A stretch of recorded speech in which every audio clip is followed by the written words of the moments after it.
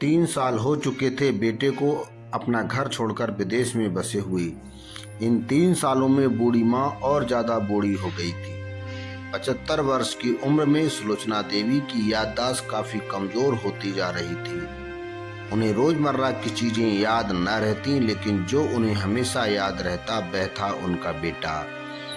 दिन हो या रात, एक पल भी ऐसा न होता जब उन्हें अपने बेटे की याद न आती। दूसरी तरफ बेटा था जो साल भर में एक आध बार अपनी माँ को फोन कर लिया करता और 1-2 मिनट से ज्यादा बातें भी ना किया करता। फिर भी यह बूढ़ी माँ टकटकी लगाए अपने बेटे का इंतजार करती रहती। एक दिन बेटे का विदेश से फोन आया। हेलो हेलो, सुन रही हो ना माँ?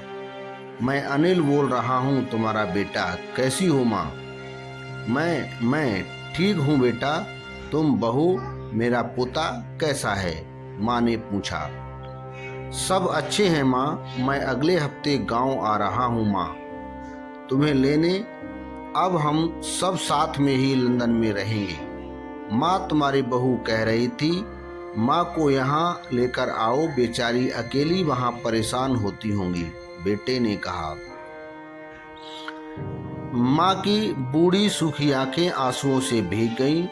उसके कमजोर शरीर के नस नस में खुशी की लहर दौड़ गई। बेटे और बहू का अपने प्रति प्रेम देखकर माँ का मन खुशी से भर गया। बेटे ने आगे कहा, माँ तैयार रहना माँ, मुझे ज़्यादा दिन छुट्टी नहीं है। जिससे जितने पैसे लेने हैं ले लेना, लेकर रखना। तब तक मैं प्रॉपर्टी डीलर से बात कर लेता हूँ घर के लिए। घर के लिए? माँ ने पूछा। हाँ माँ, गांव का घर हमें बेच देना पड़ेगा। अब हम साथ में ही रहने वाले हैं, तो वहाँ पर घर रखने का कोई मतलब नहीं है, माँ बेटे ने कहा। अब बुढ़ापे की वजह से ठीक से चलने में सभी को खुशी हुई। सभी को लगा माँ जी के आखिरी दिन अपने परिवार के साथ खुशी से बीत जाएंगे। घर वापस आकर माँ ने अपने घर के कोने कोने को ऐसे देखा जैसे वह अपने दूसरे बेटे को देख रही हो। देखे भी क्यों ना, उस घर को अपने बेटे से कम थोड़े ही समझा था। अपने पति के साथ 40 साल यहीं तो बिताए थे, लेकिन अब मजबूर थी बुढ़ापे के आखिरी साल बेटे और बहू के साथ बिताना चाहती थी। दिल पर पत्थर रखकर घर बेचने के लिए माँ तैयार हो गई। आनन फानन में बेटे ने घर को आधे दामों में बेच दिया। माँ ने ज्यादा नहीं, लेकिन जिन चीजों से दिल लगा था उन चीजों को समेटा और बेटे के साथ टैक्सी में बैठकर एयरपोर्ट के लिए चली गई। एयरपोर्ट पर आकर बेटे ने माँ से कहा, माँ तुम यहाँ बेंच पर बैठो, मैं सामान और बोर्डिंग पास की जांच कराकर आता हूँ। वहाँ वक्त लगता है और खड़ा रहना पड़ता है, तुम्हें तकलीफ होगी, तुम यहीं आराम करो। मैं यूं गया और यूं आया। माँ बेंच पर बैठ गई और बेटा अंदर चला गया। काफी समय हो गया बेटा वापस नहीं लौटा। माँ सोचने लगी ज्यादा भीड़ भाड़ होगी इसलिए देर लग रही होगी। अंधेरा होने को आया, अब तो लोगों की चहलकदमी भी कम होने लगी। माँ को अब चिंता होने लगी। एक कर्मचारी ने आकर पूछा, किससे मिलना है माताजी आपको? यहाँ पर क्यों बैठी हो? डरती हुई आवाज में सुलोचना देवी बोली, मेरा बेटा अंदर सामान की जांच कराने गया है, लंदन जा रहे हैं हम। क्या नाम है माँ जी आपके बेटे का? कर्मचारी ने पूछा। अनिल नाम है मेरे बेटे का, सुलोचना देवी ने बताया।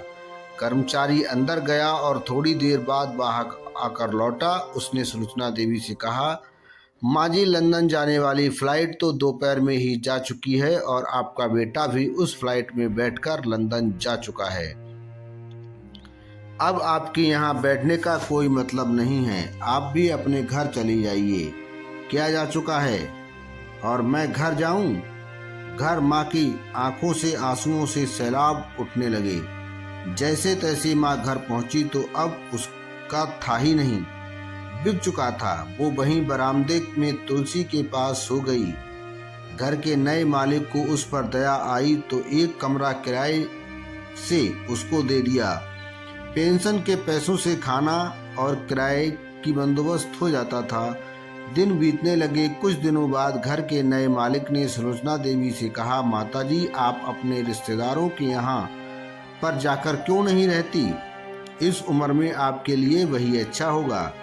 अच्छा तो होगा, लेकिन अगर मेरा बेटा वापस आया तो उसका ख्याल कौन रखेगा? मेरा बेटा बहुत भोला है, उसे अपना ख्याल रखना बिल्कुल नहीं आता। मैं कहीं नहीं जाऊंगी, क्या पता कब उसे मेरी जरूरत पड़ जाए। माँ ने कहा।